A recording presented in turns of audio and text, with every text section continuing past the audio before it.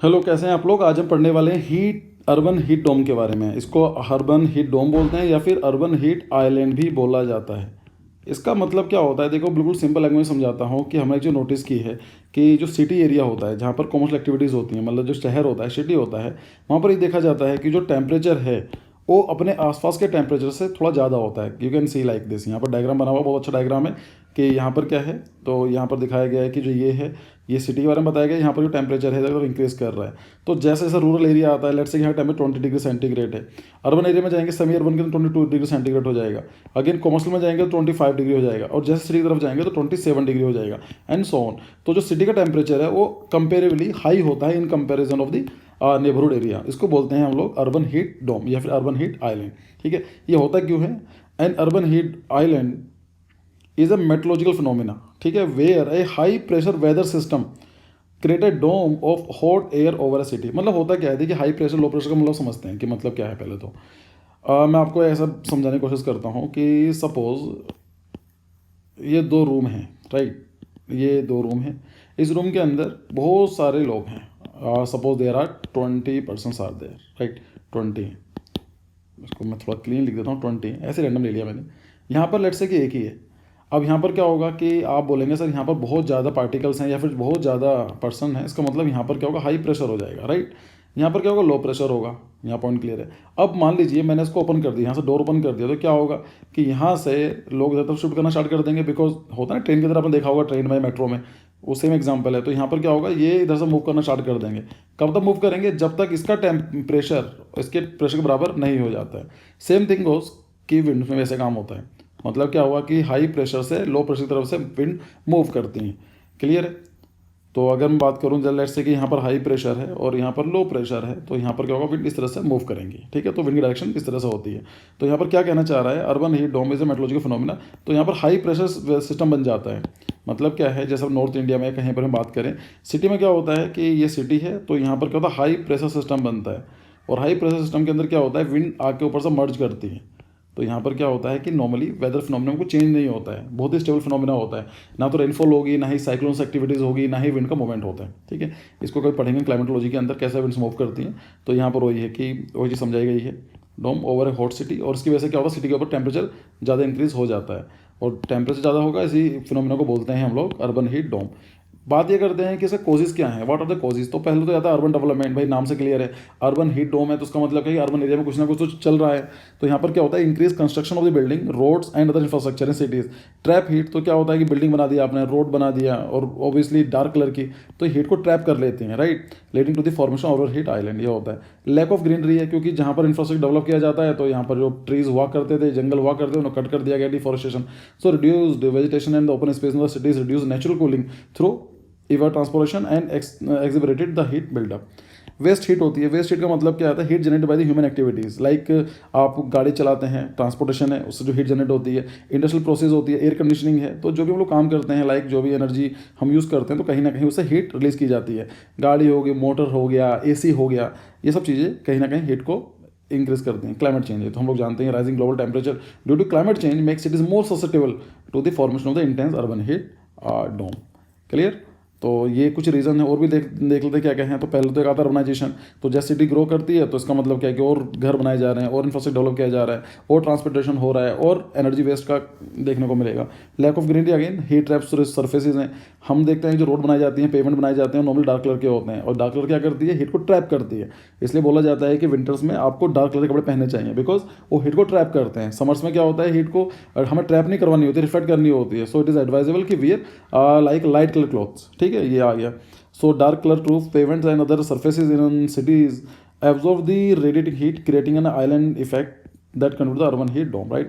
Anthropogenic heat, यही चीज़ है, एयर कंडीशनिंग है, जो इंडस्ट्री से बनाई जाती है, एक्टिविटीज़ है, डेवलपमेंट है, इसकी वजह से ये सब चीज़ें देखने को मिलती है। इंपैक्ट क्या होता है भाई, रेस्पिरेटरी इशूज़ आते हैं। Urban heat dome can exacerbate respiratory problems like asthma वगैरह हो सकता है, ये दिक्कत आ सकती है। एयर पोल्यूशन है, नॉइस पोल्यूशन है, ये सब चीज़ों को देखने को मिलता है। ब्रीदिंग इशूज़ आ सकते हैं, हीट रिलेटेड इलनेस आती है, हीट स्ट्रोक्स देखने को मिल जाते हैं। आजकल तो काफ़ी चल रहे हैं। इवन कुछ स्टेट में तो 144 सेक्शन भी लगा दिया गया है, आई थिंक कोलकाता में लगाया है, तो 144 सेक्शन लग चुका है कि घर से बाहर मत निकलिए। So prolonged exposure to the extreme heat can lead to heat exhaustion, heat stroke and other life threatening condition, specially for the vulnerable population. Mental health भी इश्यूज आते हैं, हम लोग देखते हैं कि हमारी प्रोडक्टिविटी कम हो जाती है। फॉर एग्जाम्पल, मैं नॉर्मली जब रिकॉर्ड करना होता है तो मैं फ़ैन को बंद कर देता हूँ सो दैट कि मेरी नॉइस कम हो, तो मुझे ऐसा लगने लग जाता है कि वीडियो जल्दी खत्म हो, तो कहीं ना कहीं मेरी प्रोडक्टिविटी डाउन होती है। Impact of urban heat dome to the on the environment, तो सबसे वाली बात है जो इन्वायरमेंट में क्या नुकसान पड़ता है, ये हमने क्या पढ़ा, एक ह्यूमन हेल्थ के ऊपर बात की हमने, लेकिन हम बात करें इन्वायरमेंट के ऊपर क्या क्या इफेक्ट पड़ता है भाई। इंक्रीज वाइल्ड लाइफ रिस्क क्या होता है कि अब यहाँ से क्या होता है, वाइल्ड लाइफ रिस्क है। Urban heat dome can elevate temperature, तो टेम्परेचर बढ़ जाता है, एंड ड्राई आउट वेजिटेशन, अब वेजिटेबल खत्म हो जाएंगी या जल जाएंगी वे, leading to the heightening risk of destruction wildfire that can devastate local ecosystem. तो यहाँ से क्या होता है कि वाइल्ड फायर आपने देखी होंगी, सुनने में आता है उत्तराखंड में लगे, केरला के अंदर लगे, उससे क्या होता है लोकल जो इकोसिस्टम है वो खराब हो जाता है। हीट इफेक्ट आइलैंड इफेक्ट, तो urban dome heat dome can amplify the urban heat island effect, तो यहाँ भी ये चीज़ देखने को मिलती है। ड्रोट एंड वाटर स्कार्सिटी, क्योंकि टेम्परेचर ज़्यादा होता है तो इवेपोरेशन ज़्यादा होता है, रेनफॉल होगी नहीं, तो अल्टीमेटली यहाँ पर सूखे का लिए ड्रोट लाइक कंडीशन हो जाती है, जैसा आपने देखा होगा बैंगलोर के अंदर काफ़ी कुछ चला था। वैसे सभी की प्रॉब्लम है, इंडिया के अंदर वाटर प्रॉब्लम ये एक ऐसा इशू है जो मतलब सोच नहीं रहे हैं, बट इन कमिंग डेज मुझे ऐसा लगता है कि 2-3 साल के अंदर बहुत बड़ा इशू बनने वाला है ये। So vulnerable population during urban heat dome, ये तो समझ में आता है कि इफेक्ट सब पर डालती है, चाहे ह्यूमन की बात करें चाहे नेचर की बात करें, लेकिन सबसे ज़्यादा कहाँ पर डालती है, एल्डर पर, ठीक है, जो बूढ़े लोग हो जाते हैं। So older adults are the high risk due to the decrease ability to regulate body temperature and manage chronic health conditions. बच्चों के ऊपर प्रॉब्लम रहती है, इसके स्कूल वगैरह बंद कर दिए जाते हैं, तो young children develop bodies are less able to adapt to extreme heat, ठीक है। फिर होता है लो इनकम रेजिडेंट हैं, क्योंकि उनके अभी तो हम क्या कर सकते हैं, एसी ऑन कर सकते हैं, लेकिन जो इतने वेल ऑफ नहीं है या फिर एसी को अफोर्ड नहीं कर पाते हैं उनको प्रॉब्लम फेस करनी पड़ती है। आउटडोर वर्कर्स हैं जैसे लेबर हैं या फिर जो रिक्शा पुलर्स होते हैं या फिर जो लाइक लैंडस्केपर हैं, इनको ज़्यादा प्रॉब्लम फेस करनी पड़ेगी बिकॉज उनका काम बाहर है। अभी क्या है कि मैं जो रिकॉर्ड कर रहा हूँ तो मेरे रूम के अंदर है तो फिर भी कंफर्टेबल है, लेकिन सोचकर देखो जो लोग बाहर काम करते हैं, मेहनत करते हैं, लाइक कितना मुश्किल होता है उनके लिए।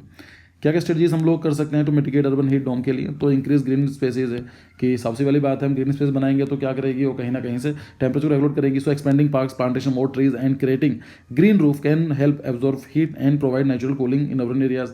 इंप्रूव बिल्डिंग डिजाइन, ये मुझे लगता है कि आर्किटेक्चर का जो इंपॉर्टेंट टॉपिक है, that architect need to be work out on it. So using reflecting material, ऐसे मटेरियल यूज़ किए जा सकते हैं जो रिफ्लेक्ट करें, लाइक हीट को ट्रैप ना करें। इंस्टॉलिंग एनर्जी एफिशिएंट विंडोज, ऐसी जगह विंडोज लगाई जा सकती हैं, उस डायरेक्शन में लगाई जा सकती है कि वो विंडो के अंदर वेंटिलेशन इजीली हो जाए। And maximise natural ventilation can reduce the heat absorb by the building. Even आप देखें नेचुरल वेंटिलेशन है, सनलाइट डायरेक्टली आ रही है तो हमें लाइट की जरूरत नहीं पड़ेगी, बल्ब या CFL वगैरह नहीं लगाने पड़ेंगे, तो अल्टीमेटली एनर्जी को ये सेव करेगी। इन्वेस्ट इन कूल पेमेंट, मतलब utilizing high light colour porous paved material can lower surface temperature and mitigate the urban heat island effect, promote energy efficiency। तो लाइक हम लोग क्या कर सकते हैं, बल्ब ना लगा LED लाइट लगा सकते हैं, जो रिन्यूएबल सोर्स ऑफ एनर्जी हैं उनको हम यूज़ कर सकते हैं। फॉर एग्जांपल जो सोलर एनर्जी है वो हीट जनरेट नहीं करती है, लेकिन अगर हम देखें डीजल, पेट्रोल या जो पेट्रोकेमिकल जो चीज़ें होती हैं, it actually helps increase the temperature, तो इनको यूज़ किया जा सकता है। अगर बात करते हैं कि role of urban planning in addressing urban heat domes, तो urban planner play crucial role in mitigating the impact of the human heat domes. हम कैसी स्ट्रेटजी बना सकते हैं, लाइक ग्रीन स्पेसेस के बारे में बात की हमने, इंप्लीमेंटिंग रिफ्लेक्टिव रूफ, उनको यूज़ किया जा सकता है, and designing building for better ventilation can help reduce the urban heat island effect. So ये सब चीज़ें आती हैं कि हम जो क्लाइमेट है उसके हिसाब से डिज़ाइन करा जा सकता है, कुछ चीज़ें बनाई जा सकती हैं, ग्रीन बिल्डिंग्स बनाई जा सकती हैं, या सस्टेनेबल मटेरियल या फिर सस्टेनेबल डेवलपमेंट को हम लोग वर्कआउट कर सकते हैं।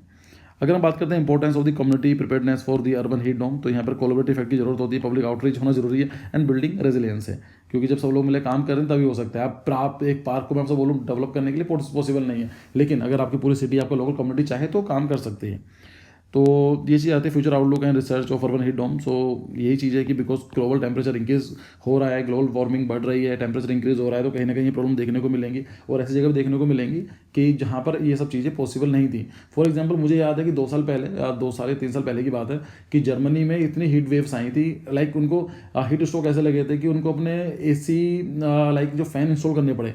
नॉर्मली क्या होता है, जर्मनी में जरूरत नहीं होती है, लाइक 1-2 दिन गर्मी होती है तो दे कैन इजीली मैनेज, लेकिन उनको पहली बार उन लोगों ने सीलिंग फैंस वगैरह लगवाए थे, तो आप समझ सकते हैं। Scientist are exploring new methodology और new modelling technique to predict the formation behaviour of the urban heat डोम।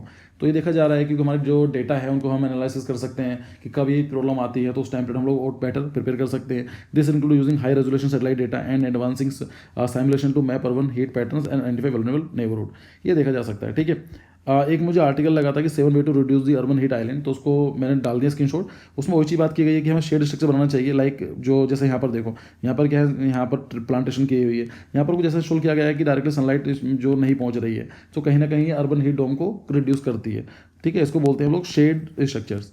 इनको यूज़ किया जा सकता है। अगर आप आर्किटेक्चर में एडमिशन ले लेते हैं तो you can use this concept in your design, तो कहीं ना कहीं नंबर अच्छे मिलेंगे। ग्रीन रूफ एंड वॉल बनाई जा सकती है, लाइक वॉल के ऊपर या ग्रीन जो आपका जो रूफ है उसके ऊपर हम लोग ग्रीन कवर दे सकते हैं। तो उससे क्या होगा कि जो हीट है वो लाइक टेम्परेचर इंक्रीज नहीं होगा, तो ultimately it can help in reducing the temperature.